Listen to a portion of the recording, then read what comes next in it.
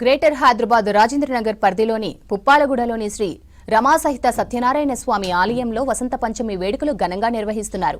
శ్రీ గురు కృపవేద పాఠశాలలో ఆధ్వర్యంలో చిన్నారులకు అక్షరాభ్యాస కార్యక్రమం చేపట్టారు. అమ్మవారి సన్నిధిలో పూజలు నిర్వహించి చిన్నారులతో తొలి అక్షరం రాయించి విద్యాభ్యాసానికి శ్రీకారం చుట్టారు. తల్లిదండ్రులు పెద్ద సంఖ్యలో హాజరై తమ పిల్లలకు అక్షరాభ్యాసం చేయించడంతో ఆలయ ప్రాంగణంలో సందడి వాతావరణం నెలకొంది.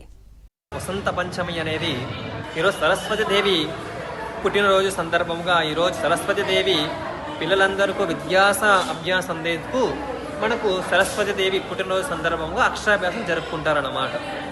సంవత్సరానికి వచ్చే అక్షరాభ్యాసం అనేది చాలా ముఖ్యమైన కారణం.